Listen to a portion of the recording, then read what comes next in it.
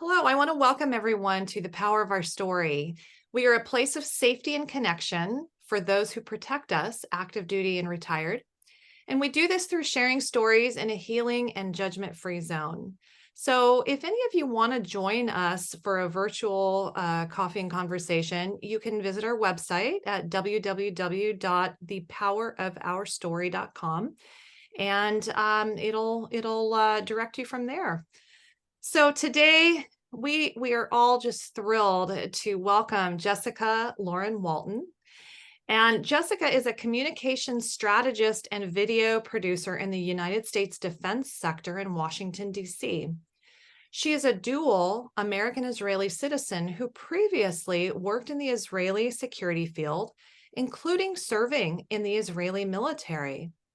As someone who lost a friend to suicide in the security field and has struggled with mental illness herself, she's a passionate advocate for mental health awareness in the security community and is a regular contributor on the topic in Times of Israel. She also runs a blog covering security and mental health topics, including interviews with military leadership, law enforcement, CIA officers, psychologists, filmmakers, and more. And you can check out her website at www.jessicawaltonwriter.com, and that will all be in the description. So, Jessica, I just want to welcome you. I'm so thrilled you're here. Thank you for having me. Yeah, and just please tell us about yourself. Tell us your story, and then we'll just open it up for a conversation. Sure. Well, I feel like I have two stories that are kind of interwoven when it comes to what I've been doing in the security field all these years. One is like a personal identity story, and then the other one has to do with my mental health journey. So excuse me. So yeah, I was raised in Maryland, on the border of DC, and it's funny 'cause I've lived for most of my adult life abroad, and most people haven't heard of Maryland, so I would say I'm from the DC area. I grew up right on the border. Yeah, so it's interesting. I'm from a Jewish family, an ethnic Ashkenazi or Eastern European family. My great grandparents came to America and to run away from anti-Semitism, which I now chuckle about seeing what's going on, unfortunately, in America. And my story, my family story at least, is actually fairly typical of a lot of Ashkenazic Jews in America, meaning that they, came over to the U.S. They were religious, and very quickly they were not religious, and very quickly most of my extended family has assimilated. And the reason for that is they're very poor immigrants, and they had to work on the Jewish Sabbath and so on. And yeah, so my family was not originally religious, meaning my immediate, my parents. So I was born Jewish, but actually not really knowing much about my identity. Most of my friends were Mormon or Catholic, and I distinctly remember as a child feeling kind of jealous of them because I felt like I had a wonderful childhood. I have wonderful parents, but I'm like, something is missing in my life because I have these religious Christian friends who have their community. They go to church, they have, their holiday customs. And I'm like, I don't have any of that. Like, where are my roots? So I was really eager to find those roots. That's part of the way I kind of wound up in Israel as a teenager, immigrating on my own. My parents were also eager to find their roots and have their own journey. So when I was 10 years old, my family became Orthodox. To this day, I'm still Orthodox. We wound up moving to another neighborhood about 20 minutes away in Maryland, to an Orthodox Jewish community.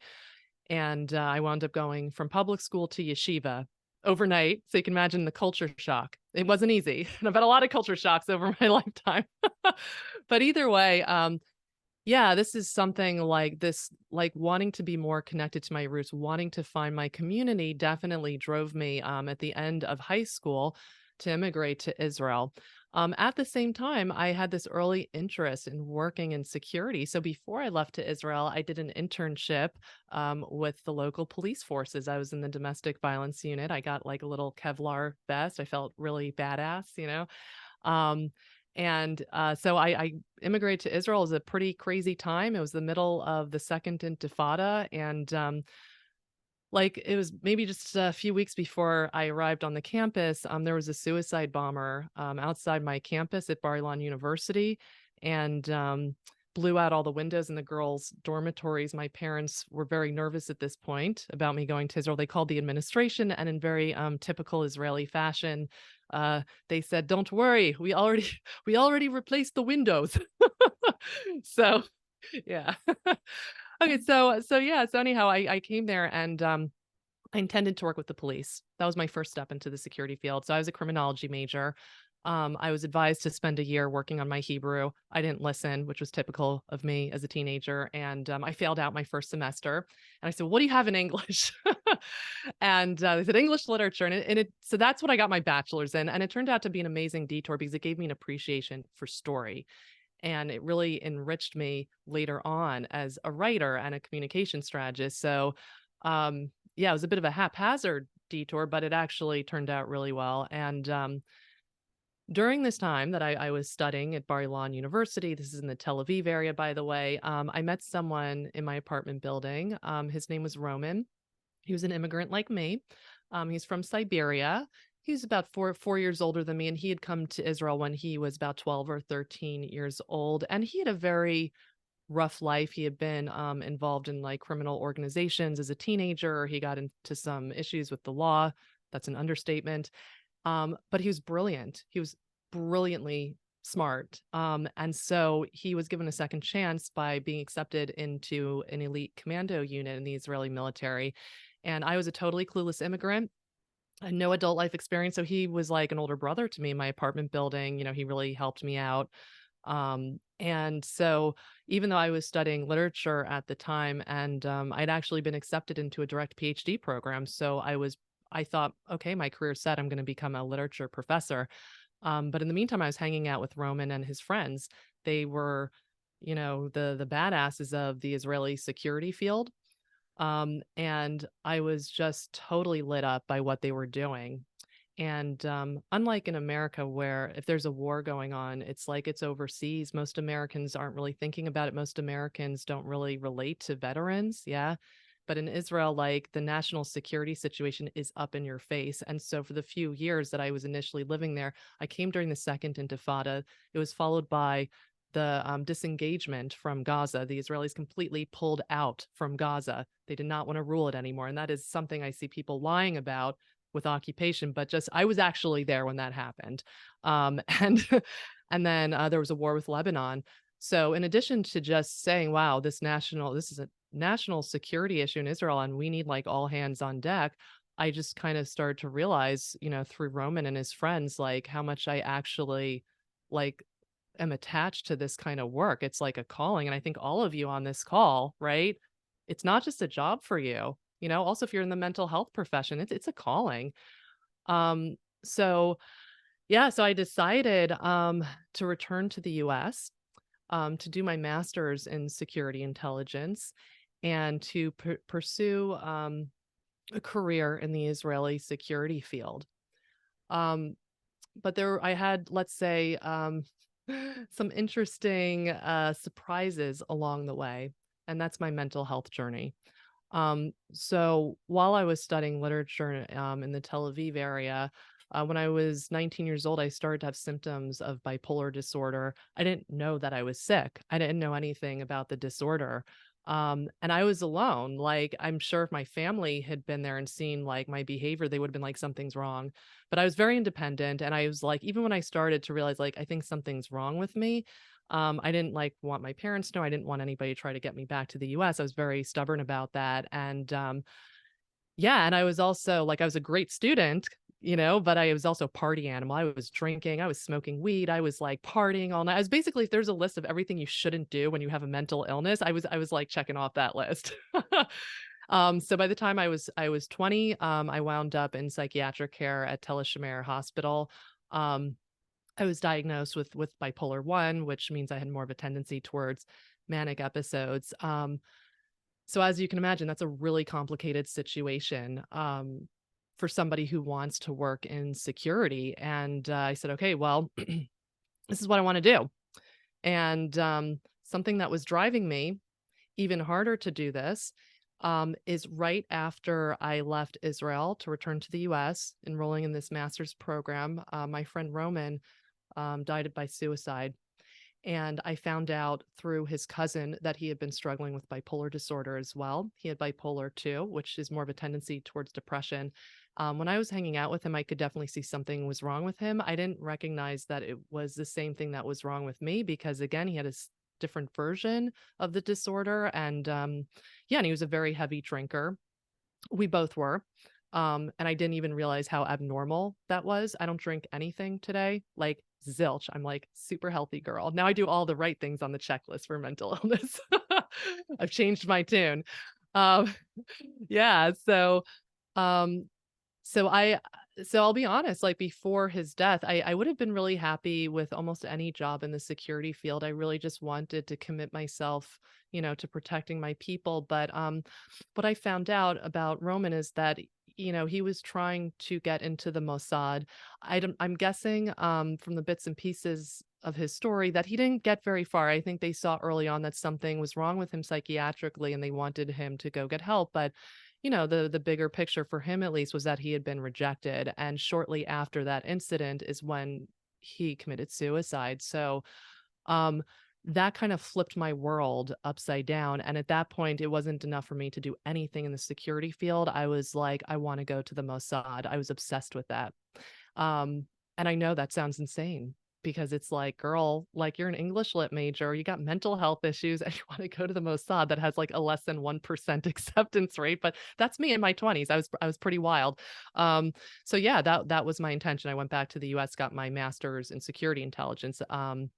So 2011, I returned to Israel and I completed my coursework at the Hebrew University's what's it called? Political terrorism and violence. Yeah, political violence and terrorism department. I know it sounds like very friendly. And what I quickly discovered in the Israeli security field was that if you haven't served in the IDF, it's very hard for you to break into the wider security field. And so my basically I was 25 at that point when I returned, and they said, "You're too old. We're not interested. You're like a weird case." And I said, "I don't care. I'm going to the military." And I fought them for 2 years, and I got in. And I served. I did my basic training at 28 with 18-year-olds, and that was funny too. And yeah, so um, and during this process that I was, yeah, going through the Israeli military, and those 2 years leading up to me actually getting into the military, I did all kinds of oddball jobs in the security field. Um, just lots of really oddball things for the government press office, for private security firms. Um, and of course, when I go on job interviews in America, I make it sound like I planned out everything. So I would have a diversified portfolio, but that's bullshit. I was just taking any job, that I could take at the time to make a living. Um, People also saw quickly, said, oh, she can write. So I wrote 2 books while I was in Israel. And yeah, so I was living off my writing as well. And yeah, I mean, I don't want to take up too much time of my personal story, because I also want to talk about, a little bit about the mental health impacts, right? That's going on in the Jewish community with Israel. But um, I did write a memoir about everything that I went through.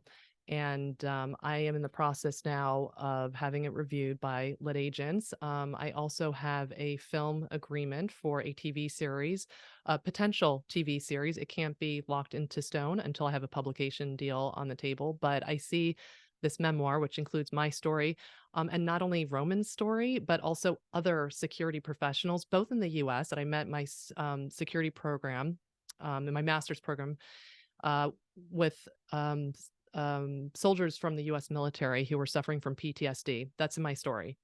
People I met in Israel who were hiding a mental health issue. Yeah, from different parts of the security field. That's in my story. And I realized, like, coming back to America a few years ago. So yeah, most of my adult life has been abroad, in Israel and also Transylvania, where I did private security work after my military service. But um, basically coming back to America, and working in the defense field, which is what I do now in the DC area. And I work with a lot of veterans, and I'm like appalled by the mental health situations. I mean, the suicide rates are appalling. And I just, I had this realization, a few things at once, and this is why I started the blog. One of them was I did have two prestigious literary agencies reject my manuscript. They said it's not the story. Story's cool. It's not your writing. That's cool. They said the problem is for memoir, we prefer to work with celebrities or public figures. Basically, I'm competing with Prince Harry, and they said it would really be good if you had a platform and you put yourself out there and you do speaking engagements. We want to see you out there as a writer. I'm like, oh man, but I'm a writer. I like to sit in my pajamas by myself and not talk to people and write. Going on camera is not what I do. I mean, I am a video producer. I'm behind the camera. But I said, okay, I see that I need to do this for the sake of the book, but bigger picture, I think I should be doing this for other people in the security field. I can start a blog in which I not only talk about my own story, but I interview professionals, right? From all over the place, from mental health, different parts of the security field. So I've interviewed, police officers, CIA, Navy SEALs, just people from all over, right? And it's incredible. I've been learning so much. I've been trying to pull that material together and into articles, putting it out there on putting it out there on YouTube and LinkedIn and so on. Um, and interestingly, I had to come out with my own story, right? Even to my colleagues in the defense sector. And I didn't know how they were going to react. I didn't know if I was going to get fired, frankly. But I spoke to my husband about it, and he was very supportive. And it was basically like sometimes you come to a place in your life where you have two hard choices and you have to prioritize, like, what is more important to you? And I said, this is more important. If they want to fire me, fine. So I came out with the story. And I got to tell you guys, I got the opposite of fired. I got so many people at my company. I work with about 10,000 employees. Okay. So many people who came to me, came out of the closet to me. They invited me to um, work on a mental health symposium with members of Congress, which I just did like about 2 months ago. I'm working on a white paper as well that we're going to bring to Capitol Hill. I got invited to interview people inside our company, veterans, about their mental health journeys in a program called Vet Talks. And I'm like a celebrity at my company. I walk down the hallway like, you're the Vet Talks girl. Yeah, so I thought maybe people won't want to work with me when they hear my mental health story and also the fact that I hid it from the security field. And of course I've gotten criticism from that. I've had, people who I don't know tell me, like, I don't even know if it was like, you egotistical asshole. I can't believe you did something so irresponsible. And look, I don't disagree with them. I say, yeah, I hear what you're saying. Like, that really was irresponsible. They don't know how to respond to that. And I said, look, I did a lot of stupid things in my 20s. I said, but yeah, I said, look, I'm not a hero or anything for what I did. But, just coming out with the story is causing more people to talk about the stigma. I think we have two issues, in the security field when it comes to tackling the mental health issue. I think one part is stigma and one part is resources, right? Like, police departments are starting to wake up in the last few years and say, man, we really got to have, some better mental health programming. We got to train our cadets. We got to have, support systems, but they need the money for it, right? That's a resource issue. So I think we have to be tackling both at the same time. But I realize that the best way to tackle the stigma um, is for people to just start talking. And when you talk, when you tell your story, it encourages other people to come out with their stories. And that's what's happening inside my company and also, in the government and in the military and with the police. So that's why I'm like, all right, I guess I did the right thing and I didn't get fired. And now I'm here today with you guys. Sorry about that. Yeah, What you're good. an amazing story. I mean, there's so many angles, there's so many directions to go with all your variety of stories. I am just curious before I open it up, how are you doing now? Like, with everything that you have gone through and then everything, the uprising in the universities, and how Yeah. is this impacting you? Yeah, I mean, I don't wanna just talk about how it's impacted me. I wanna talk about how it's impacted, the global Jewish community. Now, obviously, I'm not an official spokesperson for the Jewish community, but, I'm seeing what's happening in my own community. I'm seeing what's happening to, my close friends in Israel, and I can tell you just so many close calls we've had. One of my friends from Tel Aviv, his son was almost killed in the supernova party in the South, where the one of the first massacres took place. Yeah, so I have also plenty of friends who are fighting in Gaza right now. I have no idea what's going to happen to them.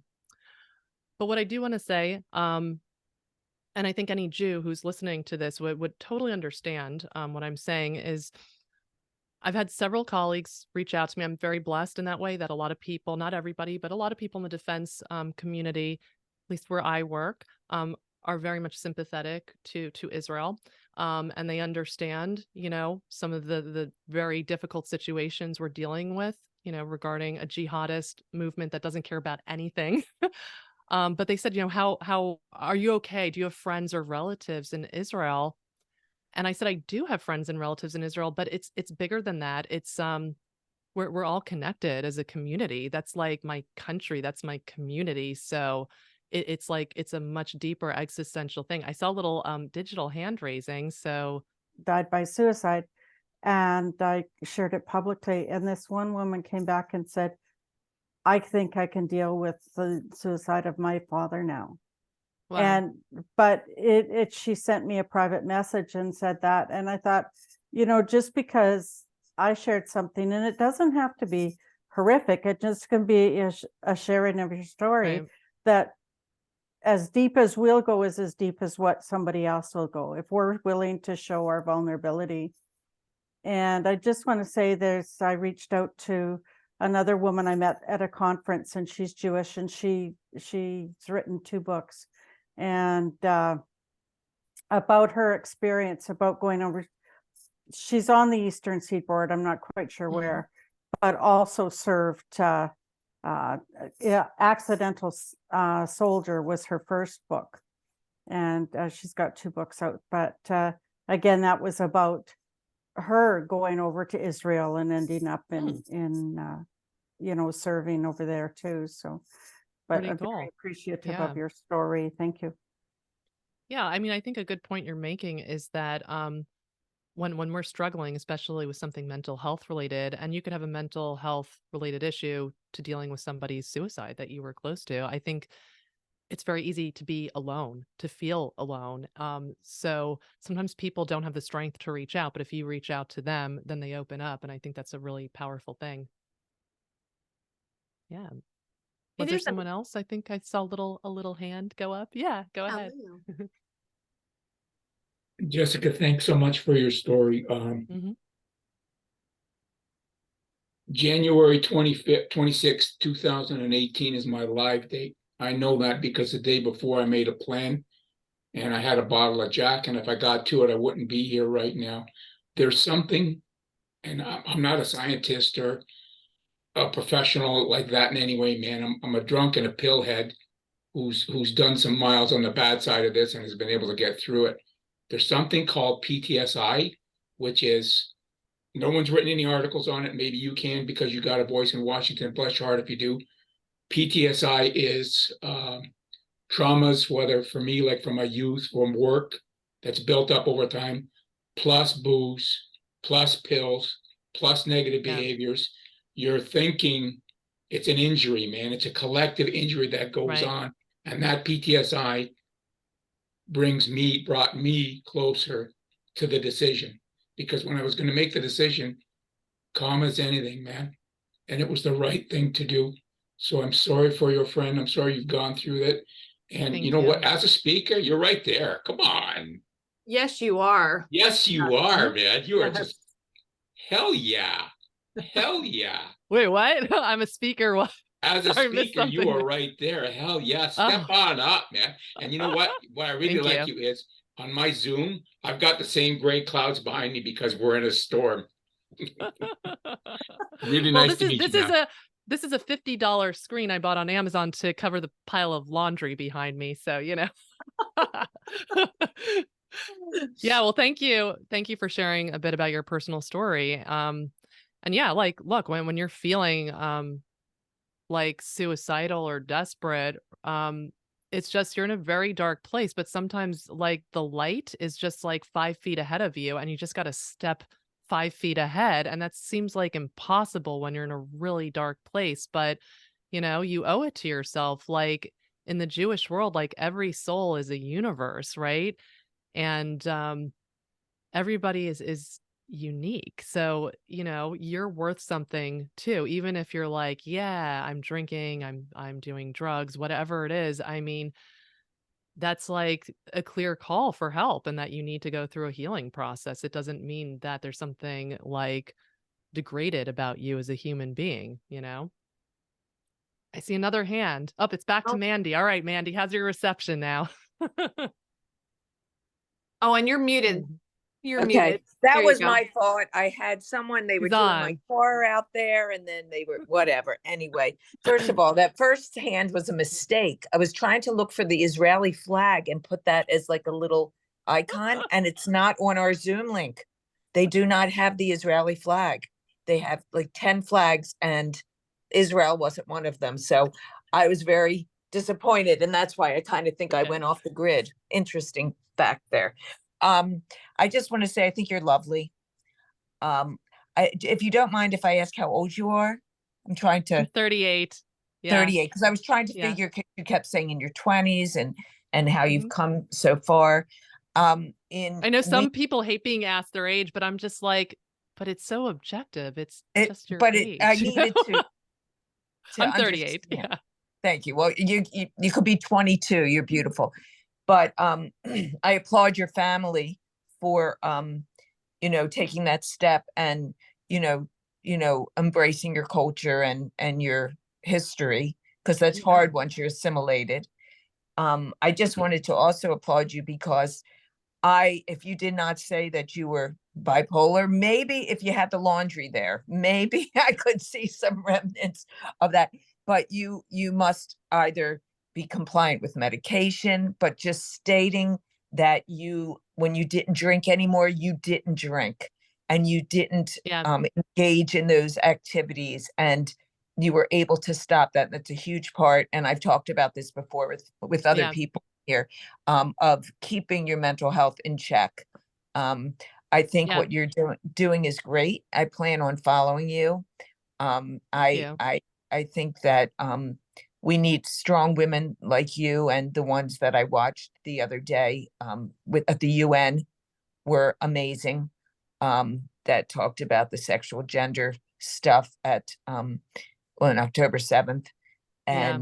And what happened to those women and women organizations. And I am not a feminist in any light, no disrespect to anyone that is, but just how I just think that could be an additional platform for you, and to talk about that as well, about how women Yeah. were killed and maimed and raped, and we are just who cares, no big deal, they're Jewish. So I think we're seeing, interestingly, these double standards, right? But what's interesting to me is that, we have access to information like we've never had before in the history of mankind. But instead of seeing more truth, we're seeing lies, and we're seeing lies that are able to be told and then quickly disseminated.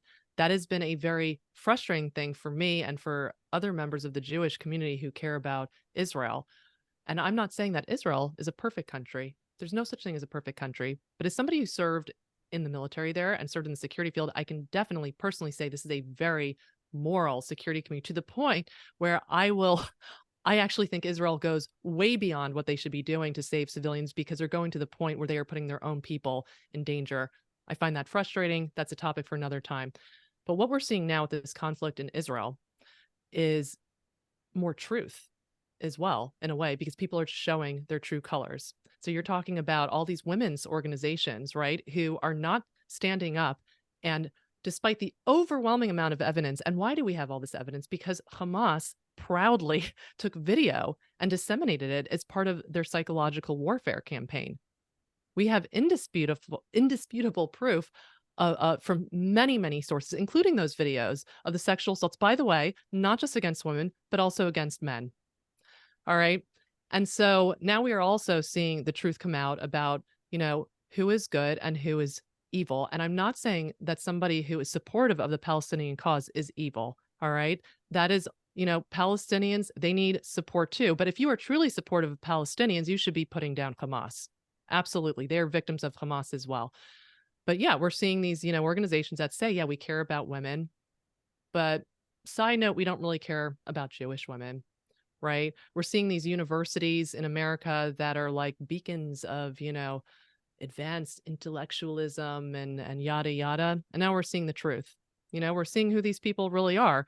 And look, as a writer, I've been advised by lit agents, don't get involved in anything political that could bite you in the ass later with your writer's career. So that was another decision I had to make that wasn't easy for me. And I said, screw it. This is a special time in history. This is a time that the Jews need as many people as possible speaking up for them. And if I have any form of a platform, which I just developed in the last year, right, with this blog, a lot of my followers work in the security field. And so I want people, who are willing to listen to me. I'm not trying to convince the people who are just rabidly anti-Semitic. That's not the audience I'm trying to reach, but at least the people who are open to learning more, who are open to hearing, my commentary, some of my personal stories with the security field. And I want to talk to those people. I have a responsibility to, and I can tell you there are a lot of other Jews and Israelis who normally don't speak out about the conflict, who don't speak about politics on LinkedIn. And now they're speaking up too, because we're terrified. We're terrified by what we're seeing.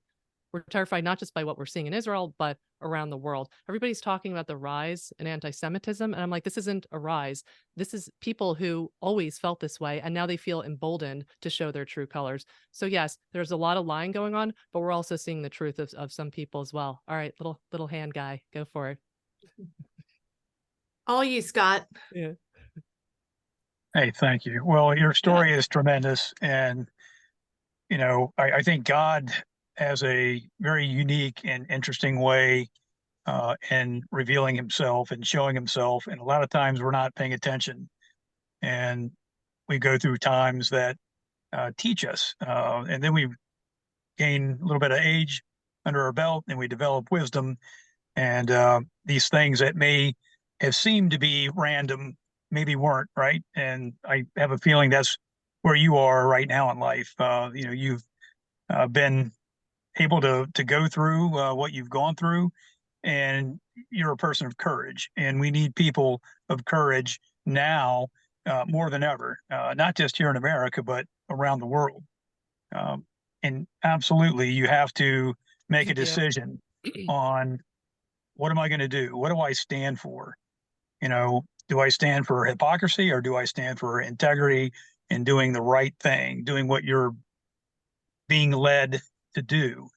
And it just, if you go back to the founding of our nation in the United States, those men who founded our country, that's exactly what they did. They were very comfortable in life in terms of, their economic standing and their politically and economic, what they did for a living, but they decided, this isn't right. And we need to make a stand. And they knew that taking a stand in that perspective meant that if they failed, they were going to be hung. But they put it all on the line to do what they believed is right.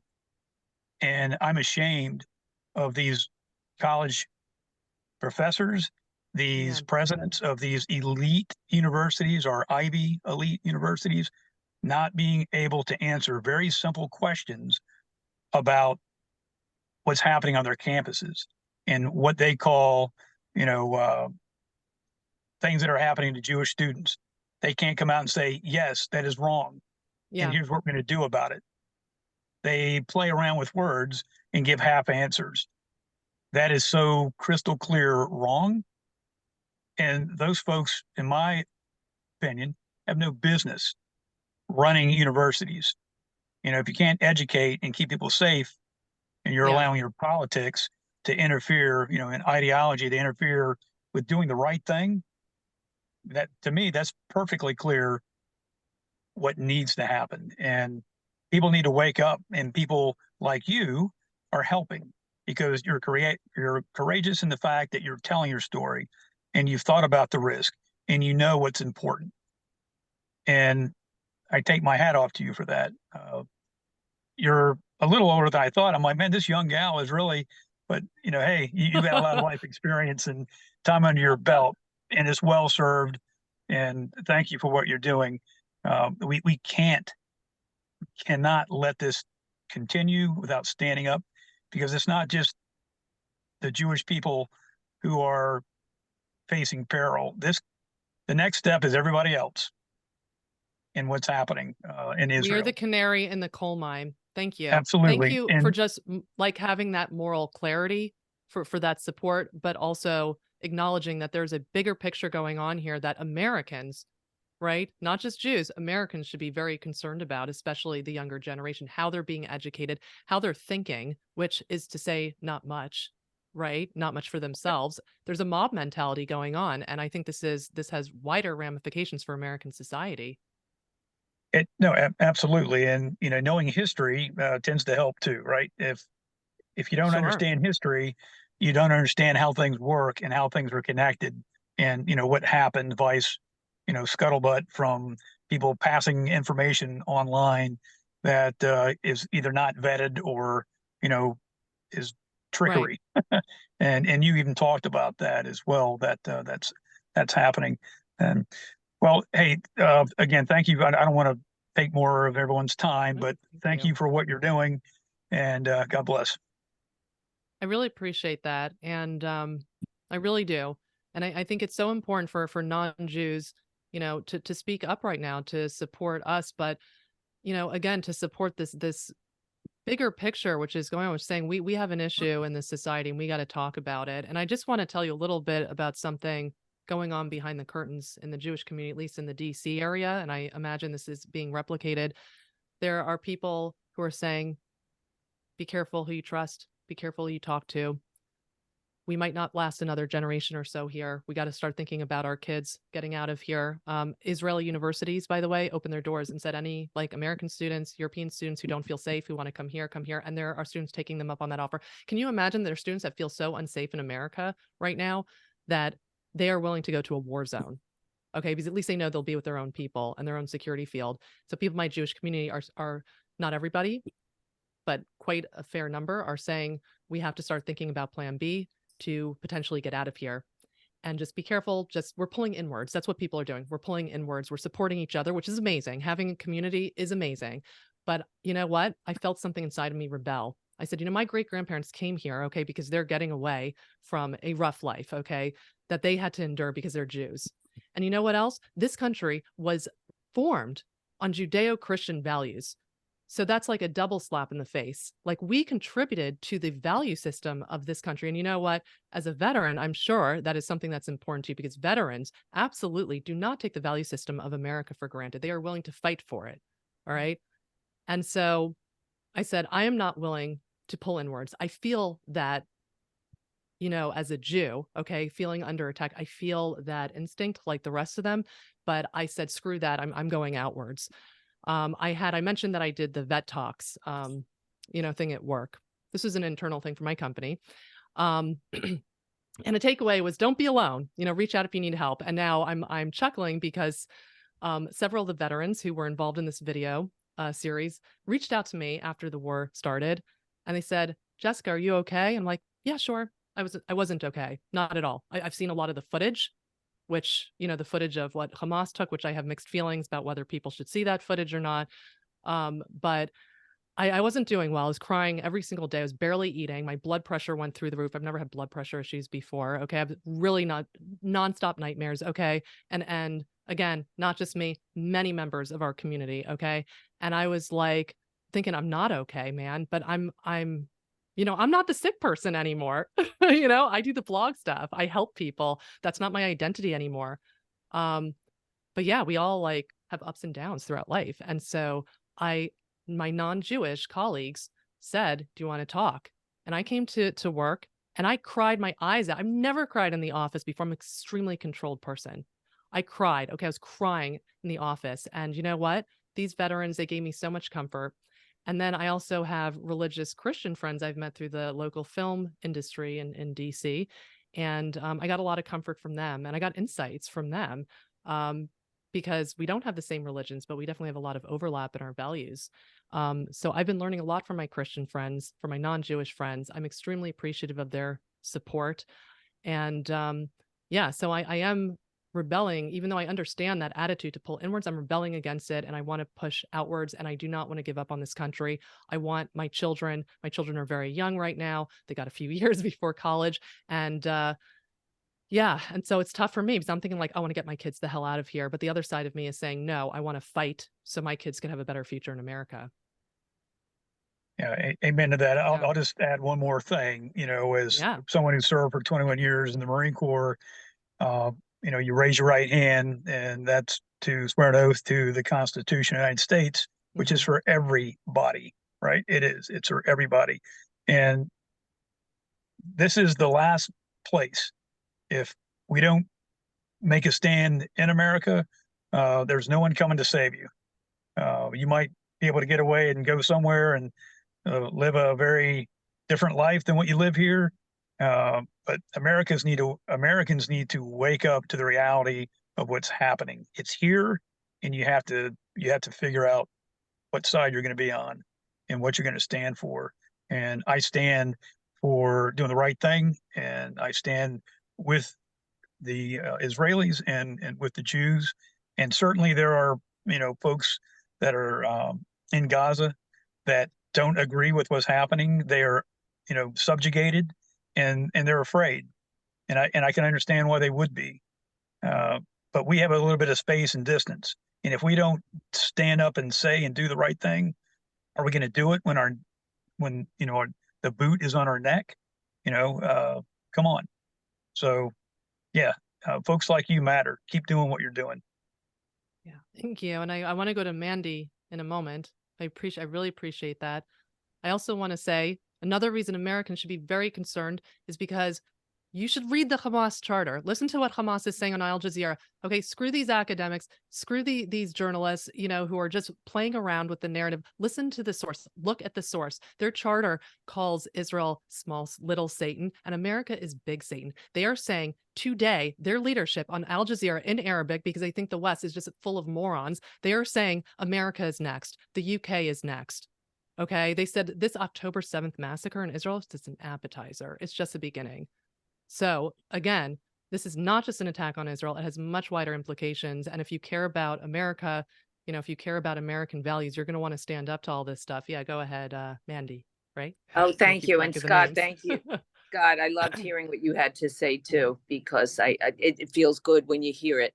I had the pleasure, and sadly the pleasure, to engage with about 30 vets, Navy SEAL tactic training this past weekend. And it was to raise money for Israel defense. And we raised $3,400. And there was only 2 Jews there, me and one other Jewish guy. And the rest, probably, I might have been the 3rd Jew they ever met. But they were there for the democracy of Israel, the democracy for the United States, for the moral values, the Judeo-Christian moral values that we share, like you were saying. And I felt, I was holding an AR-15. I never thought in my wildest dreams, but honey, I will be the first to protect this country, the first to protect Israel. If I could go out there right now financially, I would be there doing something. And I just think it's great that you went into the military there and you fought to get in there. And I so appreciate you, and I just love listening to you, and thank you so much. I just had to say that. Thank you. Thank you thank you for coming on and just interacting with me. Yeah, Yes, thank you. word. I'm trying to imagine you now with an AK-47. I just changed the mag. I wasn't shooting. Only one of the 3 women that were there had the balls. I don't mean to say it like that, but it was muddy, it was damp. And, I was like, I was not prepared. So, but yeah, but let me tell you, it's not a joke. I know we're laughing, but it's not. Like Scott said, I need to be mentally prepared. You need to have it in your mind. Some of my Jewish friends, they're still lefty, they're still left. They're not the, far left, but they don't get it yet. They don't get it yet. That They just happened. don't get it.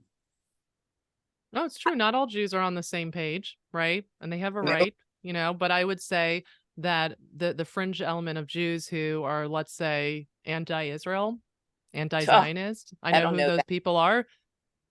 They're a minority. The majority of the Jewish community is really suffering right now. Yeah. I know plenty of Jews on both sides of the political aisle in America who are just in a state of horror. And something that I have a benefit is that I'm an Orthodox Jew. So I got a little head covering here. Most people think it's a fashion statement. I'm like, no, it's also a religious thing. But I'm an Orthodox Jew, which means that I have a community. I have a very well established community. Thank God for that. I have many Jews, including in my own company, who have reached out to me. They're not religious, but they definitely have a strong Jewish identity. But because they're not religious, they don't necessarily have a community, and they feel even more That's true. alone and more vulnerable. Yeah. I think than the Orthodox Jews do, who have people around them. And I've heard that, Jessica. yeah, community is important. It really is, and that is something that I understood even as a little kid. And as much as I loved my Mormon friends, my Catholic buddies, it was like I need a community. I just understood that instinctively, and yeah, look, there's so many things we could talk about, right? With Israel, with mental health, with the community. But with just a few minutes left, I just wanted to say that the pain that we're feeling right now as a community, it seems like a curse, right? Like, how can we endure this? It's like, and as we speak, there are still over 100 hostages being held in Gaza. Can you imagine like what their families are going through? I can't even like fathom it. But I also see this type of suffering in a way as a blessing because it shows how connected we are. The vast majority of Jews are not apathetic towards this conflict. They are not apathetic to what happened in Israel. So that shows a special connection. That shows a special, level of love, really. And with so much evil that was just perpetrated against us, I think we have to push back with as much love as possible. I think that's an important mental health lesson as well, right? When you're suffering, reach out. And maybe the first person you reach out to won't be the right person, but you have to keep fighting for yourself, right? Because you have value. But as important as it is to have individual agency to think for yourself as well, I'm obviously a big promoter of that. It's also important to have the right balance of being connected to something bigger, being connected to a good community, and being connected to a bigger cause, which is definitely something that many people in the security field can relate to. So yeah, thank you guys. Thank you so much for just giving me the time to speak to you and to connect with this group, Sara. I really appreciate it. Well, it has been an absolute honor, and you are a modern day Old Testament Esther. For a time like this, you have had the courage to rise up. I'm super proud of you. You have another family here, and this is only a small part of all the people. I really want you to know this, and I want to encourage anybody who's watching this, please check on your Jewish friends, please. I've heard a lot of what you have shared, Jessica, and I have checked on people, and they are feeling the same way as what you have shared. I am going to pass this video on to some people that I know that are in Hollywood to see if there's any way that they can help, that are very supportive of what you have shared. And Jessica, you handle yourself so beautifully. You are so articulate. You are the perfect package to have this conversation out there. So I think you can see that we're all with you. Our hearts are with you. Thank you. And I want to thank you, and we'll have you back. That sounds good. I'm on board, Sara. Thanks, Jessica.